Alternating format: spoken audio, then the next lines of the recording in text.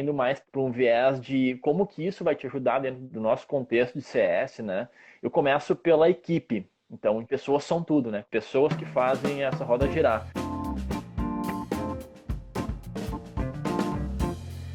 Tem uma pesquisa bem bacana feita em Harvard. Ela diz o seguinte, ó, empresas que eram consideradas emocionalmente inteligentes, elas conseguiam gerar uma experiência mais marcante para o seu cliente, 37% maior do que empresas que não desenvolvessem soft skills no seu contexto. E a gente sabe, a experiência do cliente, lógico, está estritamente ligado com o sucesso do cliente, né? Né? E Não aí, esqueça que as pessoas esquecem o que vocês fazem por elas, mas elas não esquecem como vocês fizeram elas se sentir. isso.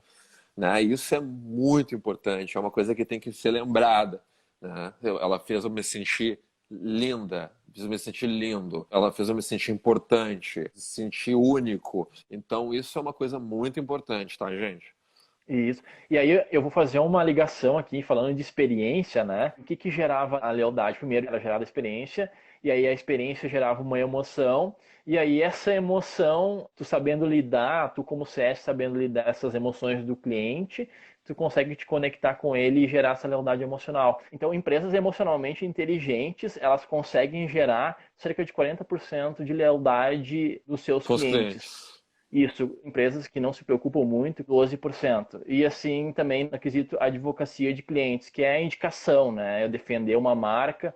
Então, empresas que tinham uma conexão maior com seus clientes através da empatia, por exemplo, conseguiam ter um índice de indicação de clientes de 31%, contra 8% de empresas que não desenvolvem essas habilidades dentro do seu contexto. Conclusão que a gente tira, não somente as habilidades técnicas a gente precisa, pelo contrário, a gente precisa dessas, a gente chama de soft skills, né? Essas habilidades mais relacionadas ao emocional, dessa forma que a gente vai conseguir se conectar com os nossos clientes. Isso está sendo muito discutido, né? De uns 3 anos para cá, principalmente, inteligência emocional no ambiente Uhum. corporativo, né? Como que as pessoas reagem frente a estresse, como que as pessoas se relacionam, de que forma elas raciocinam quando há um desafio, como que elas se comportam no ambiente de trabalho em relação às demais pessoas. Então, acaba que há algumas habilidades como essa, que a empatia solicita, crescimento para dentro da nossa carreira sobre diversos aspectos, né? Então, a pessoa que está pensando em como se tornar uma pessoa com maior empatia, ela está se tornando uma pessoa mais evoluída de certa maneira e, por consequência, também um profissional melhor, né? Então, vai ser o melhor líder, vai ser o melhor colega, vai ser o melhor filho, o Uhum. melhor pai e assim por diante. Exatamente. E não é só na quesito contratação ou formar equipe que é importante a gente ter isso em mente, né? Mas também uma das atividades que o CS tem que fazer é pós-venda. Então, como é que vai ajudar no pós-venda? Por exemplo, a gente falou bastante em dor e oferecer o remédio certo, né? Então, vai ajudar o CS a oferecer o remédio certo para o cliente, porque a gente vai entender melhor ele. E se a gente entender melhor, a gente vai conseguir medir mais a pressão dele e entender que doença que ele tem. Então, a gente vai conseguir oferecer o remédio mais adequado para ele. E também, não só isso, a gente entende melhor que gatilhos que a gente precisa despertar dentro de um cliente, que botão que eu preciso apertar para que ele faça a compra, né? A gente tem alguns Uhum. gatilhos mentais aí dentro de estratégias de venda, de pós-venda, então a gente consegue entender que gatilho é melhor eu desenvolver para me conectar com esse cliente. E falando de cancelamento, aí saindo do pós-venda, mas a gente lida com cancelamentos dentro do CS, a gente chama de churn, né? E lida também com bastante crises, como que isso vai nos ajudar, né? Por exemplo, no cancelamento a gente entende que o comportamento do cliente é sempre o mesmo, ele segue uma rotina e aí ele para de seguir essa rotina, tu nota uma diferença no comportamento emocional, principalmente desse cliente, e aí você pode gerar um alerta, ó, esse cliente ele fazia sempre esse caminho, agora ele está fazendo um outro caminho, pode significar alguma coisa, pode ser que esse cliente ele vá cancelar.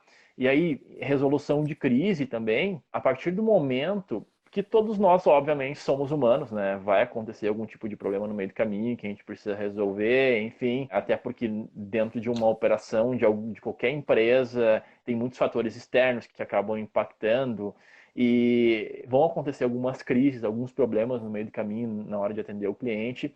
E aí, muitas vezes, o problema pode ser até a falta de comunicação por eu não entender direito o que aquele cliente deseja. Talvez eu não entenda porque eu não consegui me conectar com ele por causa da empatia, por exemplo. Então, quando acontece uma crise, normalmente a gente precisa ser rápido, ágil para resolver, para que isso não culmine num cancelamento. Se eu tenho essa emoção do cliente, né, moldada na minha cabeça, por exemplo, eu consigo entender melhor ele, e aí eu entendendo melhor eu consigo ser mais eficiente e eficaz. Tu tem que te moldar a circunstância emocional do cliente, né? Ocorreu uma circunstância um tempo atrás, né, de um colega de trabalho, nossa área comercial não estava no escritório, e aí um colega, poxa, proativamente fez o atendimento, né?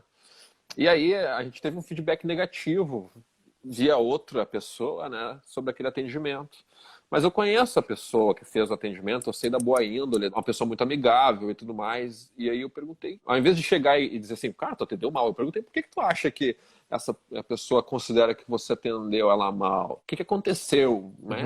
Me explica um pouco. Daí uma das coisas que me marcou nessa explicação é, cara, eu atendi como eu faço sempre, como eu sempre lido quando eu tô conversando com as pessoas. Eu vou no estado emocional que eu tô. Eu disse, então pode ter sido isso. Porque você, no seu estado emocional, e aí a vida é cruel nesse ponto, né? Porque o cliente ele não vai se pôr no seu lugar como fornecedor e pensar, não, hoje eu vou ser um cliente mais flexível porque aquela pessoa, pelo visto, ela, sei lá, tá numa bad. Não acontece isso, né, gente? Se eu tô numa bad, e todo mundo tem dias que tá numa bad, né? Acontece com qualquer pessoa, quando eu tenho que fazer uma reunião, quando eu tenho que atender um cliente, principalmente quando eu tenho que atender um cliente, eu, sei lá, dou uma respirada, tomo uma água, dou uma energizada de alguma forma, tento compartimentalizar aquilo que eu estou sentindo e vou tentando esquecer daquilo, me concentrar, né? Pegar minha concentração e levar ela com plenitude para aquele contexto, para que eu não tenha interferência das emoções que eu estava trazendo, né? E eu acho que essa é uma das grandes dificuldades dentro de um contexto de atendimento ao cliente, né? Que é trocar a polaridade da emoção em cada atendimento, né? Às vezes a gente está eufórico porque estava com um atendimento sensacional e daqui a pouco termina aquele atendimento e vai para um outro e o cliente está meio assim, serião. Tu não sabe por quê, mas aí tu não pode ficar eufórico em cima dele, porque ele também já... Opa, ele vai assustar ele. Então tu tem que tentar ir pro clima do cara e a partir dali ir levando ele para cima, né? Eu trabalhei bastante tempo com vendas, então esse negócio de se conectar, às vezes é um desafio, né? É muito complexo a gente entender onde que tá a pessoa e como que eu posso fazer para me conectar com ela, né? Só que é tão fundamental para a gente ter o tal do relacionamento aquecido.